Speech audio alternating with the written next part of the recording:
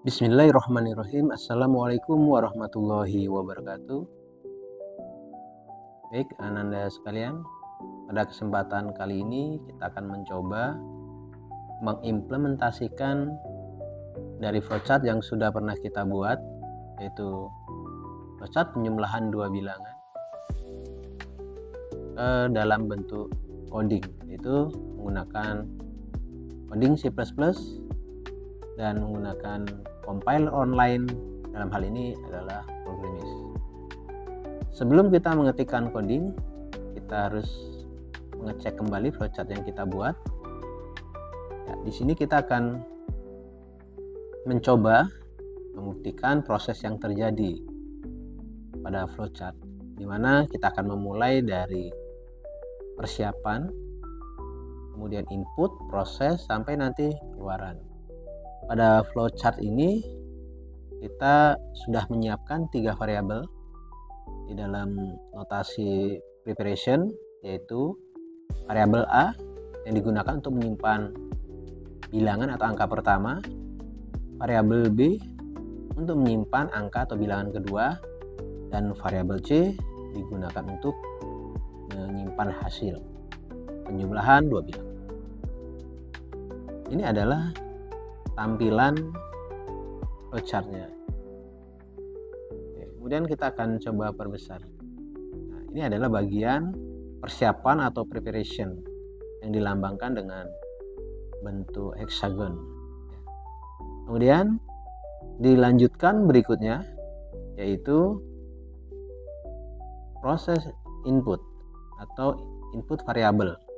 Di sini ada 2 variabel yang akan diinput. Ya, di sini yaitu A dan B.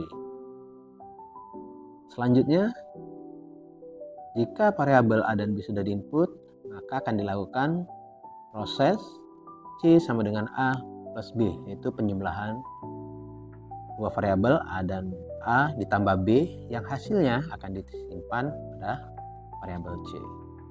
Dan pada ujungnya, keluaran atau output, maka akan ditampilkan variabel C. Nah, kita akan mencoba untuk membuat coding penjumlahan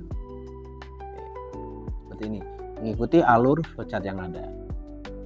Untuk mengetikkan coding, kita bisa menggunakan Programmis, yaitu salah satu compiler online, di mana kita bisa menggunakan mode Programmis biasa seperti ini. Kemudian juga kita bisa menggunakan mode yang menggunakan akun. Ya, program sendiri bisa digunakan secara free, gratis, ataupun jika ingin memiliki fasilitas yang lebih atau fitur-fitur tambahan yang lebih, maka kita dapat membeli versi Pro-nya. Baik, untuk langkah pertama kita buat coding terlebih dahulu untuk judul. Ya, di sini kita tambahkan sebuah simbol perintah untuk menuliskan sebuah komentar, yaitu garis miring 2 yang digunakan untuk menuliskan komentar, dalam hal ini judul daripada coding. Kita tuliskan program penjumlahan 2 variabel. Oke. Itu. Komentar ini tidak akan dieksekusi oleh program, istilahnya diabaikan, dia hanya sebagai penginformasi saja. Kemudian pada bagian berikutnya, bisa di baris kedua atau ketiga, kita ketikkan file header, yaitu include, kemudian usestream.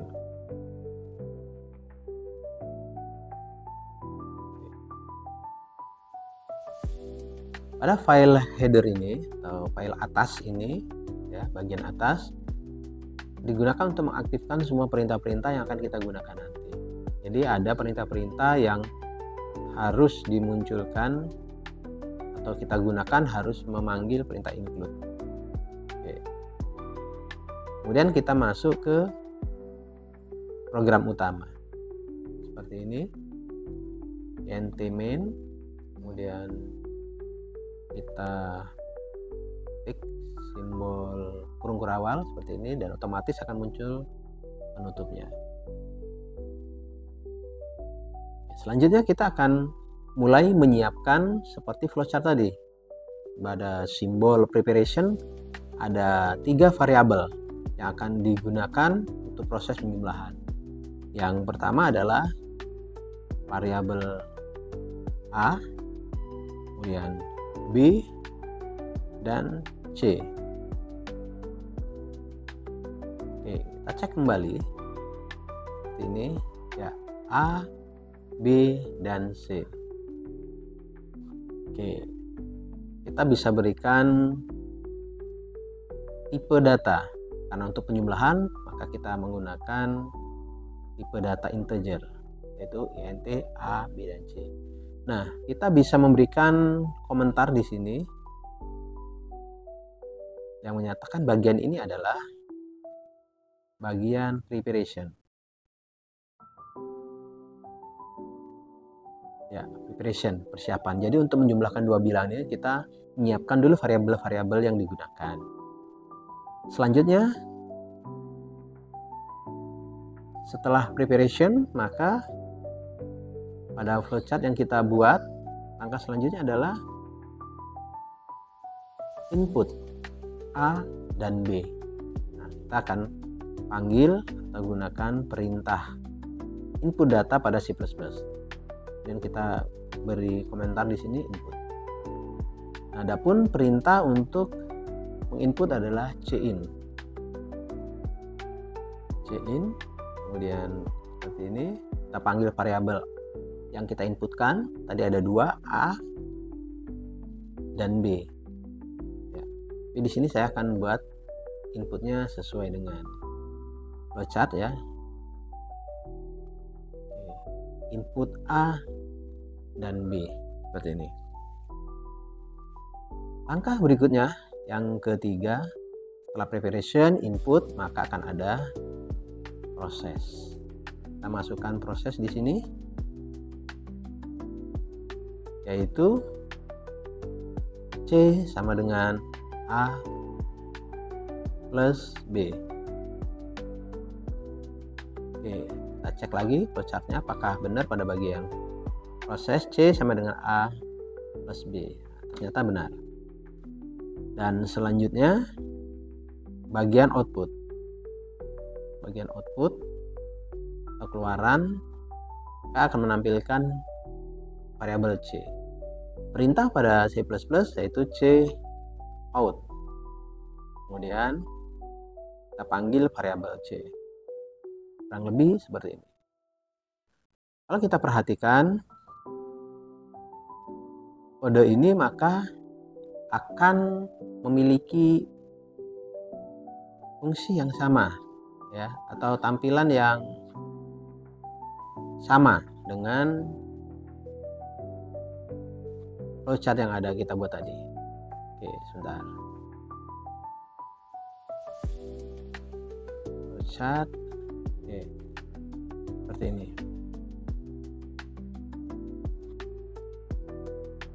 Oke, dari tampilan coding ini kemudian kita bandingkan dengan flowchart seperti ini.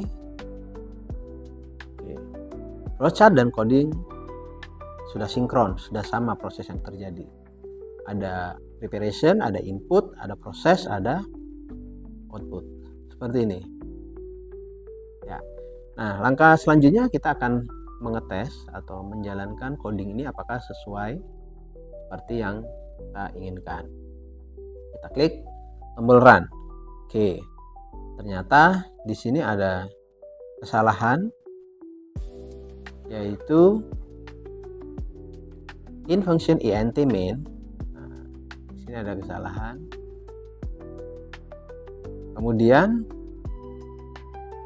pada baris ke-11 cin, di situ ada did you mean std cin. Nah, di sini ada satu perintah yang kurang.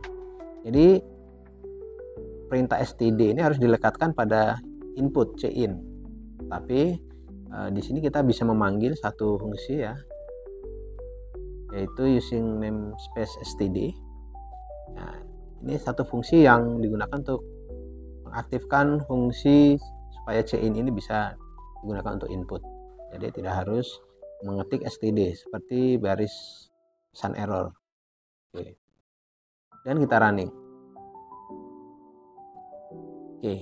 Di tampilan running kita tidak bisa melihat apapun atau tidak terlihat apapun di bagian output, tapi sebenarnya kita bisa memasukkan sebuah angka atau untuk variabel A dan sebuah angka lagi untuk variabel B seperti ini. Dan ketika kita enter, maka akan muncul hasilnya yaitu 10, 20, dan 30. Dari mana angka-angka ini? Nah, angka ini memang kita sengaja inputkan. 10 itu akan disimpan di variabel A, 20 disimpan di variabel B, dan C akan mengeluarkan angka 30, itu hasil dari proses penjumlahan A plus B. Nah, untuk coding seperti ini kita akan sulit mengetahui apa keinginan dari program. Untuk itu maka kita tambahkan baris informasi pada bagian input, yaitu perintah ya atau pertanyaan, bisa juga yang digunakan untuk memasukkan angka. Misalnya seperti ini. Masukkan angka pertama.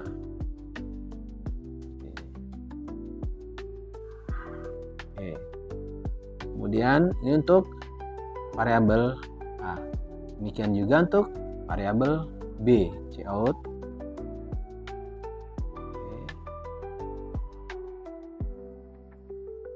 Masukkan angka kedua.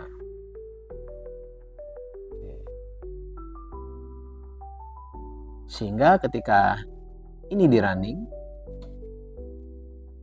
ada kesalahan di bagian sini, harus ditutup dengan titik koma. Jadi ketika ada kesalahan, kita tinggal mengecek pesan kesalahannya di baris keberapa, ya, di pesan erroring. Dan kita running. Oke, maka akan ada tulisan masukkan angka pertama. Nah, kita tinggal masukkan misalnya 20. Masukkan angka kedua, misalnya 60.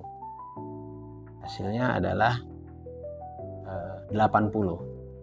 Kemudian kita pun bisa menambahkan di bagian keluaran dengan tulisan seperti ini.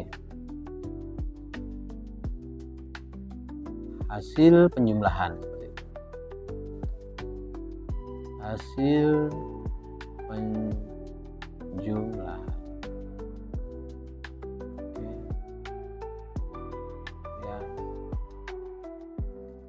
Kita kasih lambang seperti ini ya, kita coba run. Masukkan angka pertama, misalnya kita kasih angka tinggi 100, kemudian 300, hasil penjumlahan 400. Kemudian kita tambahkan lagi mungkin untuk lebih rapi lagi, masukkan angka kedua, misalnya di sini kita berikan titik 2 di sini, kemudian di sini juga kita berikan titik 2 ya, dan jangan lupa ditutup seperti ini. Oke. Dan ketika kita running, maka tampilannya kurang lebih seperti ini. Masukkan angka pertama, 250 misalnya. Masukkan angka kedua, 300. Maka hasil penjumlahan sama dengan 550. Jadi Anda sekalian, ini adalah coding yang sudah berhasil kita buat ya, mengimplementasikan dari flowchart yang sudah kita rancang sebelumnya. Jadi flowchart ini dibuat atau dirancang sebelum coding itu dibuat. Jadi acuannya coding itu adalah flowchart. Oke. Baik, mudah-mudahan bisa dipahami dan dimengerti oleh kalian semua untuk coding penjumlahan dua variabel. Baik, terima kasih. Semoga bermanfaat. Assalamualaikum warahmatullahi wabarakatuh.